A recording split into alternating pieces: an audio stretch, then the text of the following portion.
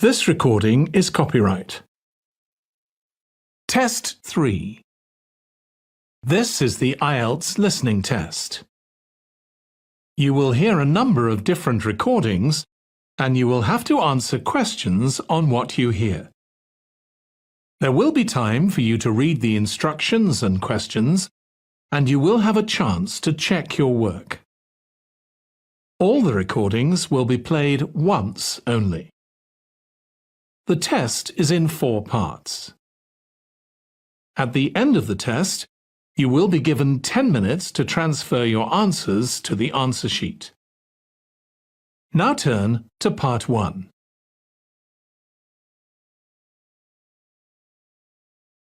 Part 1. You will hear a woman who works at an employment agency talking to a man about jobs he could apply for.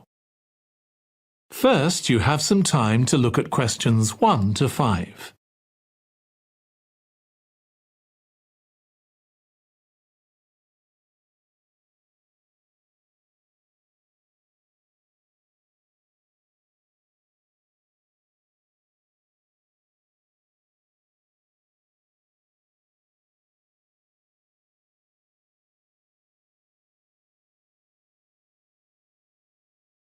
Now listen carefully and answer questions 1 to 5. Good morning.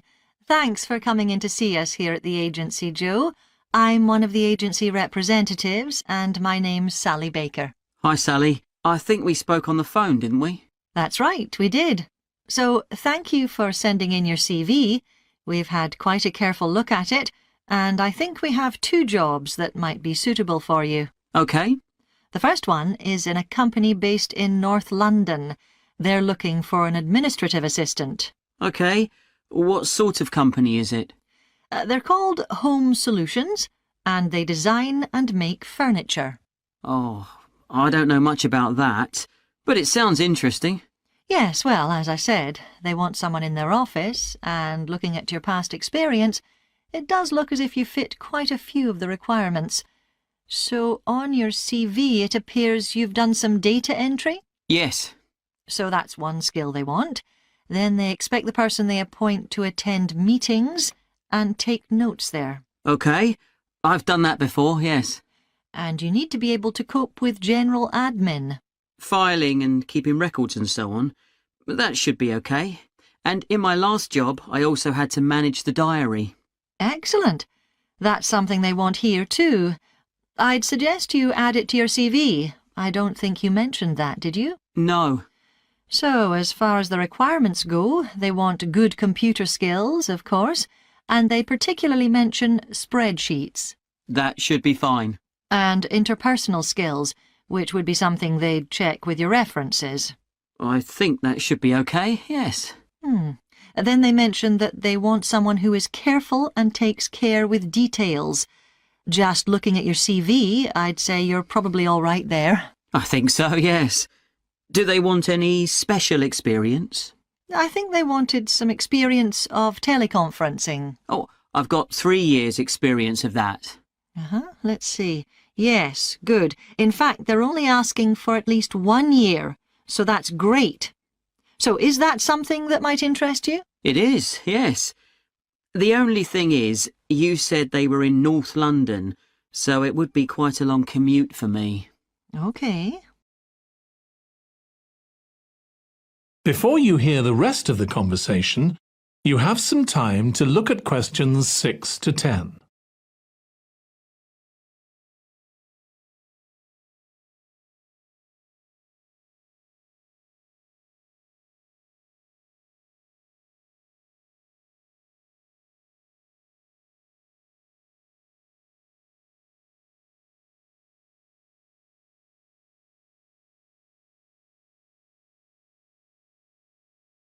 Now listen and answer questions 6 to 10.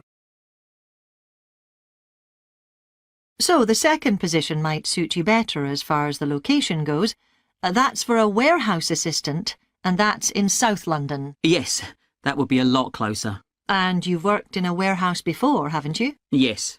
So, as far as the responsibilities for this position go, They want someone who could manage the stock, obviously, and also deliveries. That should be okay. You've got to keep track of stuff, but I've always been quite good with numbers. Good. That's their first requirement.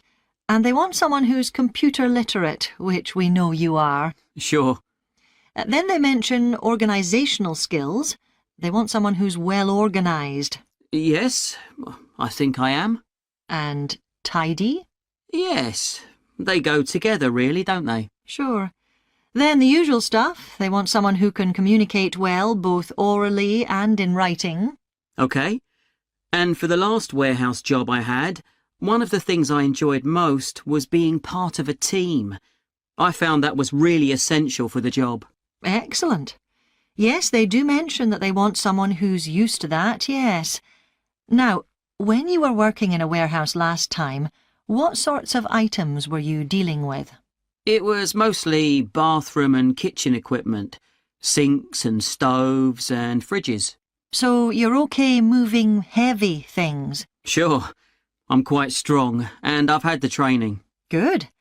Now, as far as experience goes, they mention they want someone with a licence and that you have experience of driving in London, so you can cope with the traffic and so on. Yes, no problem. And you've got experience of warehouse work. And the final thing they mention is customer service. I think, looking at your CV, you're okay there. Right. So, what about pay? Can you tell me a bit more about that, please? That is the end of part 1.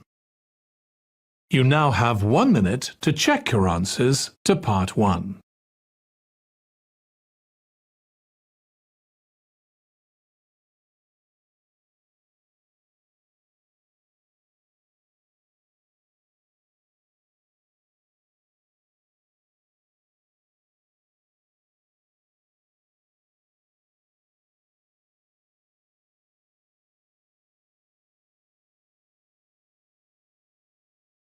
Part 2. You will hear a woman called Alice Riches talking on the radio about a scheme which involves closing streets to traffic to allow children to play. First, you have some time to look at questions 11 to 16.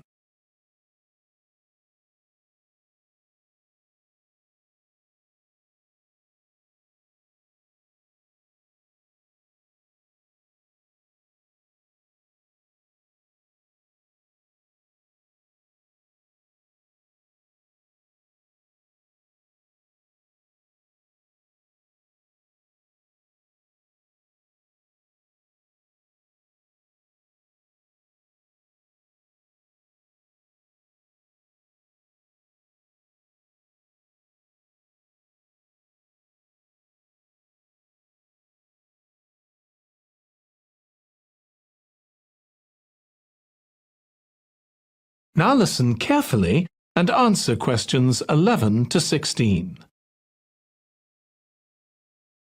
My guest on the show today is Alice Riches, who started the Street Play scheme where she lives in Beechwood Road. For those of you that don't already know, Street Play involves local residents closing off their street for a few hours so that children have a chance to play in the streets safely. She started it in her own street, Beechwood Road, and the idea caught on. And there are now street play schemes all over the city. So when did you actually start the scheme, Alice? Well, I first had the idea when my oldest child was still a toddler. So that's about 6 years ago now. But it took at least 2 years of campaigning before we were actually able to make it happen. So the scheme's been up and running for 3 years now. We'd love to be able to close our road for longer, for the whole weekend, from Saturday morning until Sunday evening, for example. At the moment, it's just once a week.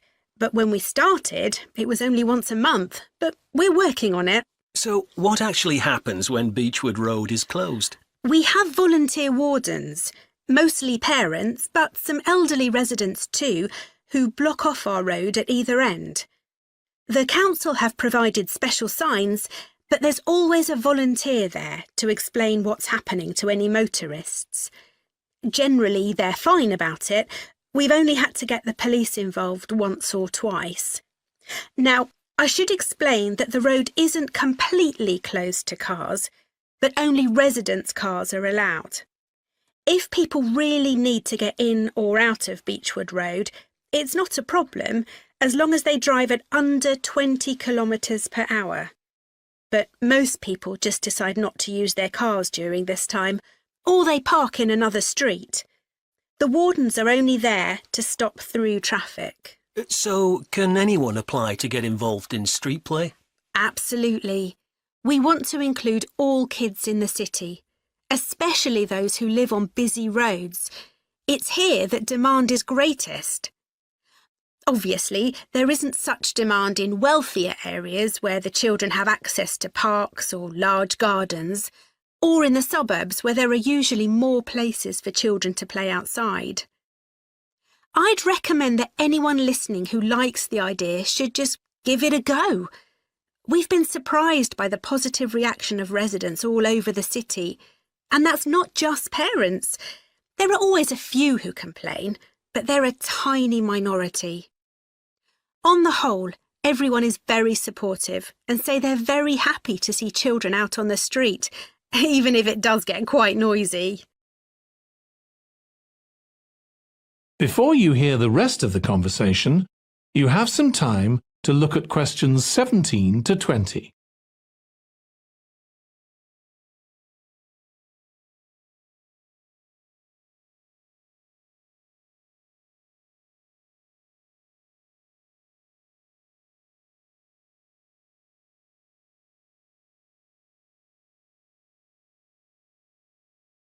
Now listen and answer questions 17 to 20. There have been so many benefits of street play for the kids. Parents really like the fact that the kids are getting fresh air instead of sitting staring at a computer screen, even if they're not doing anything particularly energetic. And of course, it's great that kids can play with their friends outside without being supervised by their parents. But for me, the biggest advantage is that kids develop confidence in themselves to be outside without their parents. The other really fantastic thing is that children get to know the adults in the street. It's like having a big extended family. It certainly does have a lot of benefits. I want to move on now and ask you about a related project in King Street. Right. Well, this was an experiment I was involved in, where local residents decided to try and reduce the traffic along King Street, which is the busiest main road in our area, by persuading people not to use their cars for one day. We thought about making people pay more for parking, but we decided that would be really unpopular. So instead, we just stopped people from parking on King Street, but left the other car parks open. It was surprising how much of a difference all this made. As we'd predicted, air quality was significantly better, but what I hadn't expected was how much quieter it would be, even with the buses still running. Of course, everyone said they felt safer, but we were actually amazed that sales in the shops went up considerably that day. We thought there'd be fewer people out shopping, not more. That's really interesting. So, the fact that the street was... That is the end of part 2. You now have 30 seconds to check your answers to part 2.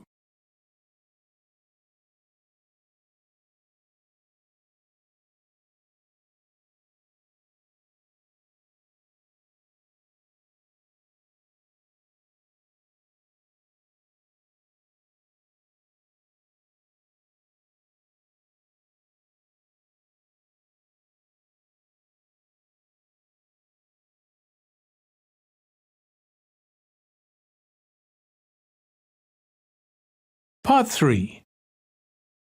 You will hear two students, called Hazel and Tom, talking about Hazel's Media Studies assignment. First, you have some time to look at questions 21 to 26.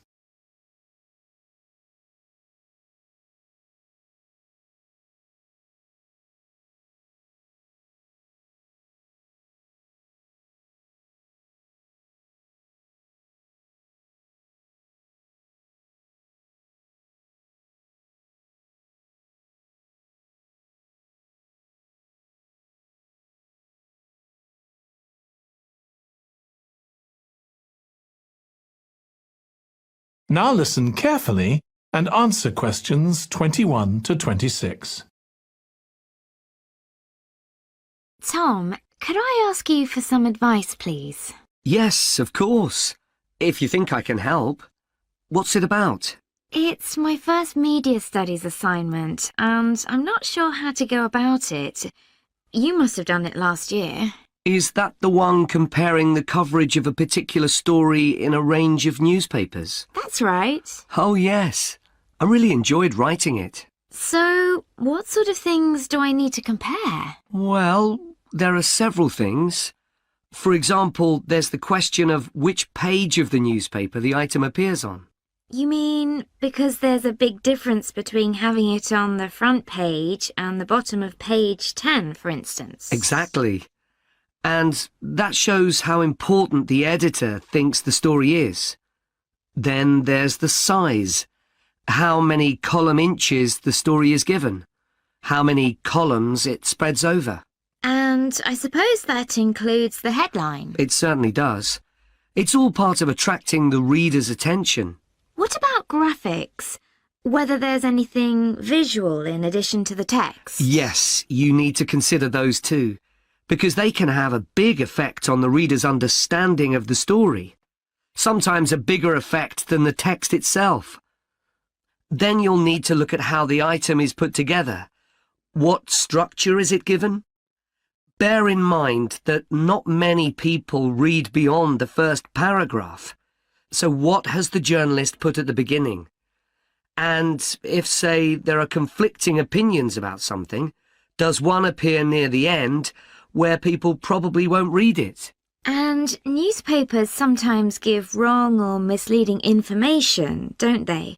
Either deliberately or by accident. Should I be looking at that too? Yes, if you can.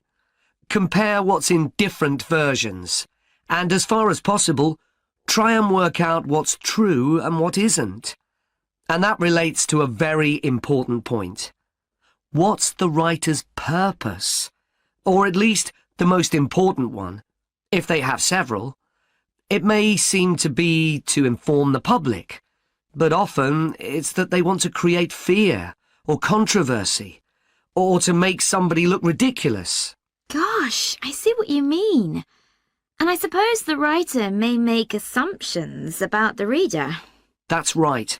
About their knowledge of the subject, their attitudes, and their level of education, which means writing so that the readers understand without feeling patronised.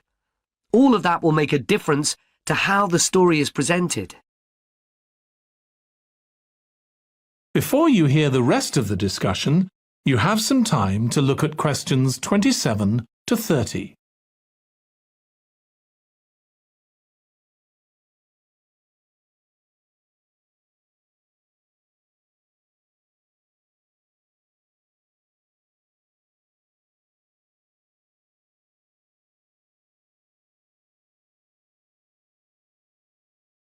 Now listen and answer questions 27 to 30. Does it matter what type of story I write about? No. National or international politics, the arts, anything, as long as it's covered in 2 or 3 newspapers. Though, of course, it'll be easier and more fun if it's something you're interested in and know something about. And on that basis, a national news item would be worth analysing. I'm quite keen on politics, so I'll try and find a suitable topic. What did you choose for your analysis, Tom? I was interested in how newspapers expressed their opinions explicitly. So I wanted to compare editorials in different papers, but when I started looking, I couldn't find 2 on the same topic that I felt like analysing. In that case, I won't even bother to look. So in the end, I chose a human interest story, a terribly emotional story about a young girl who was very ill, and lots of other people, mostly strangers, raised money so she could go abroad for treatment. Actually, I was surprised.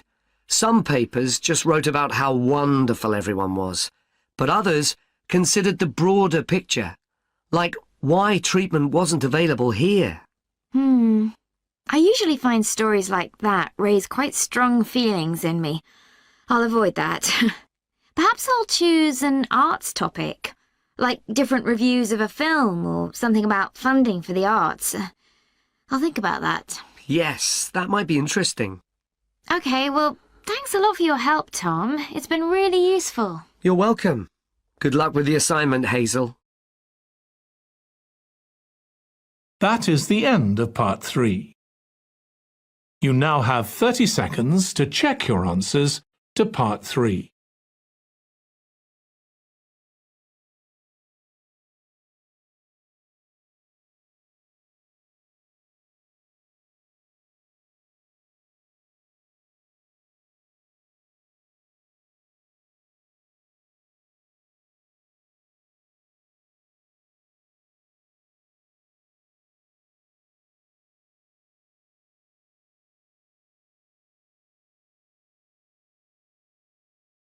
Part 4.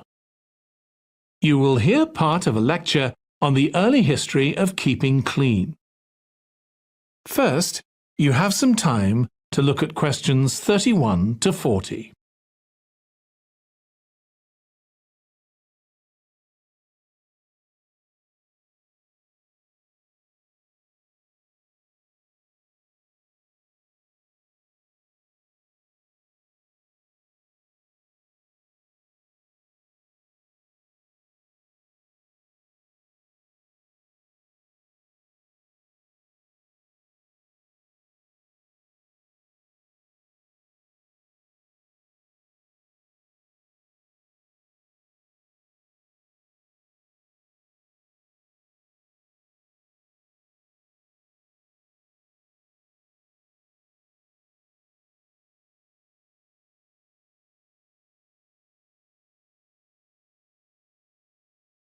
Now listen carefully and answer questions 31 to 40. Nowadays, we use different products for personal cleanliness, laundry, dishwashing and household cleaning, but this is very much a 20th century development. The origins of cleanliness date back to prehistoric times. Since water is essential for life, the earliest people lived near water and knew something about its cleansing properties, at least that it rinsed mud off their hands. During the excavation of ancient Babylon, evidence was found that soap making was known as early as 2800 BC. Archaeologists discovered cylinders made of clay, with inscriptions on them saying that fats were boiled with ashes. This is a method of making soap, though there's no reference to the purpose of this material. The early Greeks bathed for aesthetic reasons and apparently didn't use soap. Instead, they cleaned their bodies with blocks of sand, pumice and ashes, then anointed themselves with oil and scraped off the oil and dirt with a metal instrument known as a strigil. They also used oil mixed with ashes. Clothes were washed without soap in streams.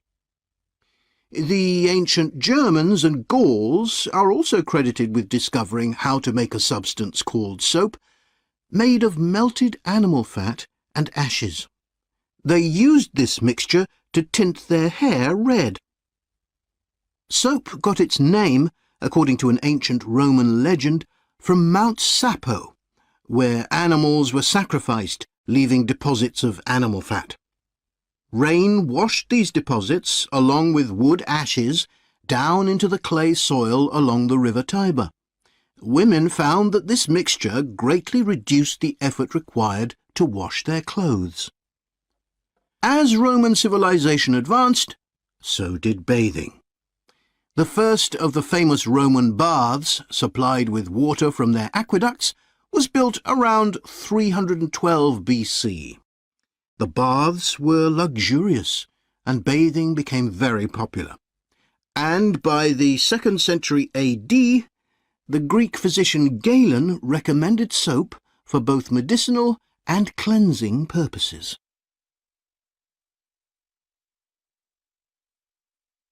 After the fall of Rome in 467 AD and the resulting decline in bathing habits, much of Europe felt the impact of filth on public health. This lack of personal cleanliness and related unsanitary living conditions were major factors in the outbreaks of disease in the Middle Ages, and especially the Black Death of the 14th century. Nevertheless, soap-making became an established craft in Europe, and associations of soap-makers guarded their trade secrets closely. Vegetable and animal oils were used with ashes of plants, along with perfume, apparently for the first time. Gradually, more varieties of soap became available for shaving and shampooing, as well as bathing and laundering. A major step toward large-scale commercial soap-making occurred in 1791, when a French chemist, Nicolas Leblanc, patented a process for turning salt into soda ash, or sodium carbonate. Soda ash is the alkali obtained from ashes that combines with fat to form soap. The Leblanc process yielded quantities of good quality, inexpensive soda ash. Modern soap-making was born some 20 years later, in the early 19th century, with the discovery by Michel-Eugène Chevreul, another French chemist, of the chemical nature and relationship of fats, glycerine, and fatty acids. His studies established the basis for both fat and soap chemistry, and soap-making became a science. Further developments during the 19th century made it easier and cheaper to manufacture soap. Until the 19th century, soap was regarded as a luxury item and was heavily taxed in several countries. As it became more readily available, it became an everyday necessity, a development that was reinforced when the high tax was removed. Soap was then something ordinary people could afford, and cleanliness standards improved. With this widespread use came the development of milder soaps for bathing and soaps for use in the washing machines that were available to consumers by the turn of the 20th century. That is the end of Part 4. You now have 1 minute to check your answers to Part 4.